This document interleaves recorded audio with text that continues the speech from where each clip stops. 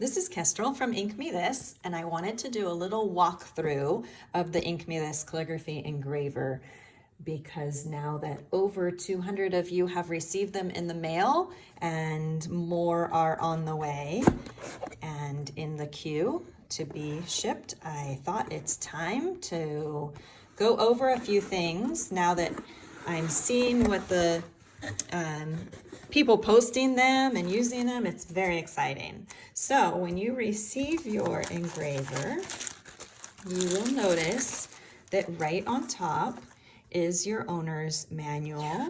It is the information that is on the website listing, and also there is information about caring for your engraver, mostly common sense things like you don't want to drop the handpiece, and if you do, make sure it's still working right. Also keeping it clean. Engraving does create a lot of fine dust powder, and you want to keep that out of the engraver as much as possible. So for example, it comes with this blank rod that is not for engraving with. It is simply for storage so that junk doesn't get down in there when it's not in use. So when you have it stored and set aside, either put that blank rod back in it or leave a burr inside of it.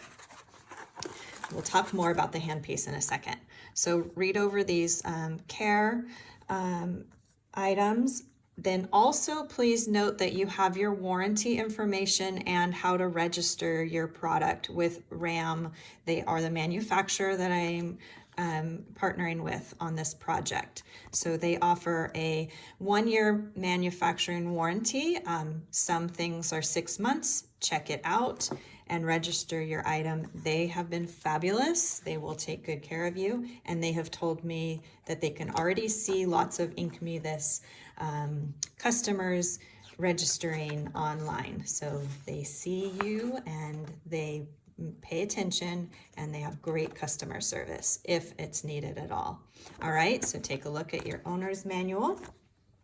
All right, let's talk about what's in your box. You have your handpiece. The handpiece is where the motor lives. This is the motor is inside of this unit. It is a brushless motor.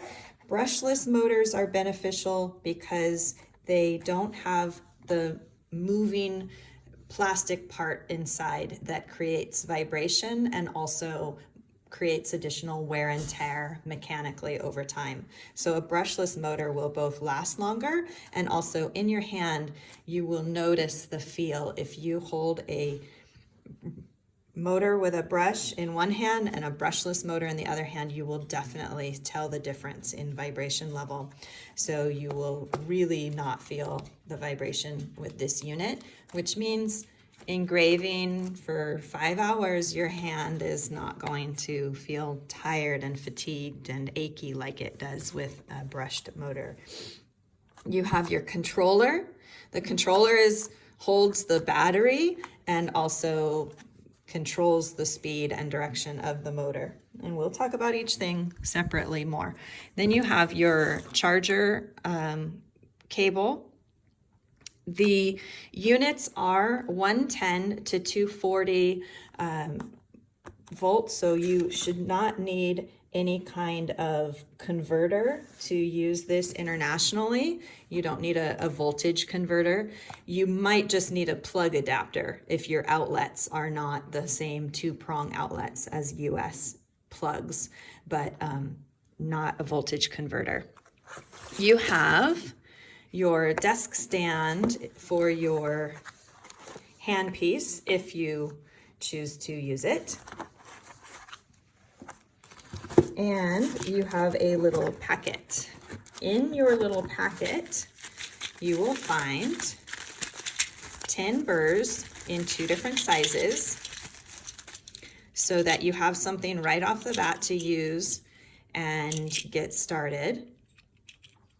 So they are diamond bit ball burrs in 1/16. I'm trying to just hold them up closer here. You have 2 different sizes of balls here, see a little bit bigger and a little bit smaller. So mostly it's a matter of how large the writing is that you are trying to accomplish, just like when you choose which felt tip pen to draw with, right? You're gonna use a fatter one if you're doing larger writing and a thinner one if you're doing smaller writing, for example. So, and there are lots of different types of burrs, lots of different shapes, different coarsenesses. I have a free PDF download on my website, INKMETHIS.com, that has a supply recommendation list, what I use, where to buy things. And in that, I also talk about the different burrs, the color coding of that indicates the coarseness level. So take a look at that. It's a free PDF download. You can go ahead and download it if you are engraving already, or you could download it and take a look if you're considering engraving to get a better idea of what you're in for. All right, you also have this very important little Ziploc baggie. In here, there are two things. One is this weird batwing looking item. This is actually just a little flathead screwdriver, and this part gives you leverage to hold on to. So kind of a simple, nice design. So that's a little screwdriver we will use shortly. This is your collet reducer. So this is used when you want to use 1/16 inch shaft burrs, like these small dental burrs. Okay, so let's get to that. Your hand piece is a 3/32 inch opening on the collet. You twist to lock and unlock right here, the hand piece. Okay, standard design for many tools. So right now it's locked. Twist it and it will slip out. Again, this is simply for storage to keep that opening closed up like a stopper so that junk doesn't get in there. Okay. If you are using the small 1/16 inch shaft burrs, then we need to use this collet reducer, because let me show you, get a burr out. If I try to use this small dental burr while by itself and I lock the handpiece again, it just slips in and out. It is too small.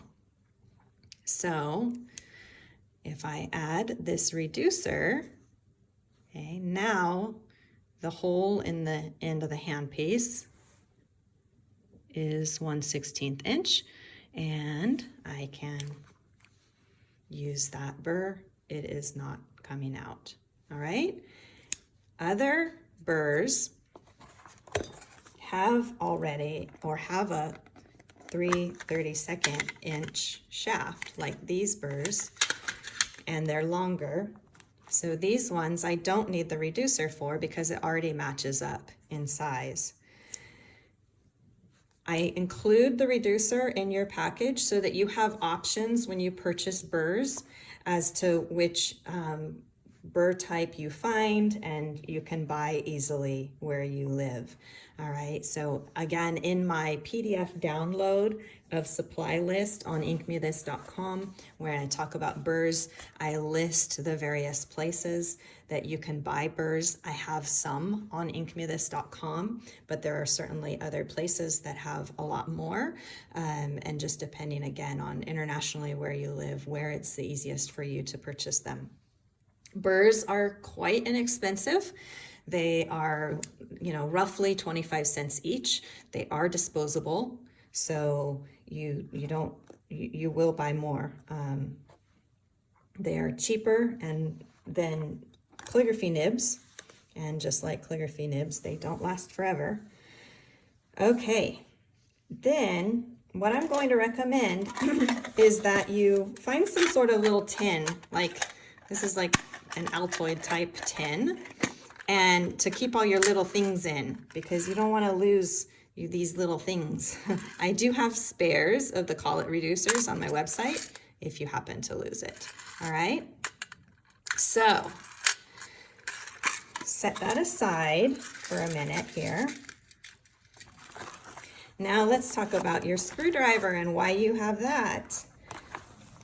When you get your controller unit out, you will notice that the handpiece holder is flat because that's how it will package and ship nicely and safely. But if you try to store your, oops, I'm gonna walk my talk here, put this blank back in to keep my handpiece from getting anything inside of it. If you try to store your handpiece in that with it flat, that doesn't really work very well, does it? So take your little screwdriver and loosen the screw on the inside here. You don't have to unscrew it all the way, just unscrew it until it's loose enough that the little teeth don't catch, right? So you can rotate it and you can decide if you want to angle it 1 click or 2 clicks. I prefer 1 because then it's still more compact for storage. And then just tighten that back down. Now, with it angled up, your handpiece will stay nice and secure, easily slips in, and you have a place to rest it while you're not using it. Definitely turn it off or pause it before you put it in there. You're just gonna mark up the inside of that acrylic if it's spinning and you engrave the inside of it as you put it away. All right, let's talk about the controller for a second here. The controller, like I said, stores the battery. The battery is a lithium-ion battery. They do not have any kind of memory to the charge, so you don't need to worry about fully discharging the battery in between charging them. If you know what I mean, for example, with some laptops, if you charge them too often, the battery stops holding a charge. But you don't need to worry about that. Your unit also comes to you fully charged, so you can just get it out of the box, turn it on, and it is ready to use. It's going to give me an error signal in a second here because, see that? Because it senses that I don't have a handpiece plugged in. All right, but they are fully charged. Every unit and handpiece has been charged and has been run for half an hour before they ship to anybody. And that is to just make sure that the handpiece, after a half an hour of running, isn't building up any heat, vibration, that would indicate a defective unit. So all of your engravers have been very thoroughly tested. And let's get it all plugged in now. So just simply plug your handpiece into the controller. There's only one way that it will go in because of the ridge there. All right, and you have the power button controls both the speed of the handpiece. Notice how quiet it is. Just a very soft hum. These do go up to 35,000 RPM. And even at that high speed, it's very quiet. The sound is really, with this unit, the only sound that you're going to get is the sound of actually engraving on the glass or metal. The glass itself or the metal itself making the noise, or plastic or ceramic, whatever you are engraving. All right, your button here for on, off, and speed control is also a quick pause button. So if you press it in, it will pause the unit. You can tell it's paused by the little pause symbol and the flashing. So if you just need to pause it to clean off your engraving, see where you're at, maybe draw your next part, whatever you're doing for a second, and then you're going to start going again, you can just quickly pause. It will pause at whatever speed you are currently using. so that you don't need to get that same speed back again. Okay, so that's a nice little feature there. You also have a forward reverse button on the side of the unit, and when you switch, it will show you red counterclockwise for reverse and green clockwise for forward. Most people prefer forward. There's no right or wrong answer. You can try out both directions and see if you have a personal preference for one over the other. Okay, let's see here. I also wanted to make sure that you are aware that your screen comes with a thin plastic film on it to protect the screen during, shipping, just like many electronics that you purchase. So for example, this unit right here, this silver one, see how the screen looks kind of scratched up, and I see this mark on it right here. Don't panic, don't worry. That is not actually in the screen itself. See, if I pick at that, and then I'm going to notice that it's actually a plastic protective layer, and go ahead and pull that up and peel it off. And then you will expose your nice shiny screen. You can keep that on there for as long as you want until it starts getting ratty looking, or you can go ahead and peel it off immediately. That is totally up to you. Okay, but that is just a protective layer. So here's an example of the silver and the gold. One more thing I wanted to mention is that if down the road, because we do offer personalization, laser engraved with either your text or your logo, let's say next year you redesign your logo and you are wanting to rebrand your engraver for when you go work at live events, and you have your engraver there, serves as marketing for you yourself. Down the road, if you change your business name or you change your logo or you simply want to update the look, just ship it back to us and we will charge $25 to replace the engraving on the top plate for you, and then ship it back. So you would pay the shipping in both directions and a $25 fee for switching out the top plate. So that is definitely an option for you. No need to feel committed for lifetime to the personalization that you request right now.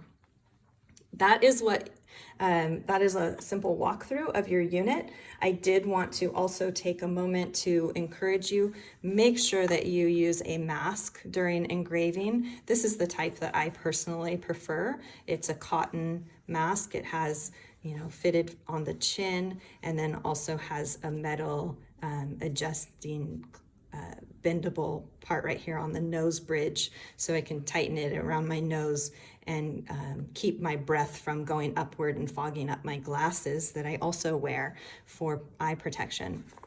And these this is important, it's not just a layer of cotton.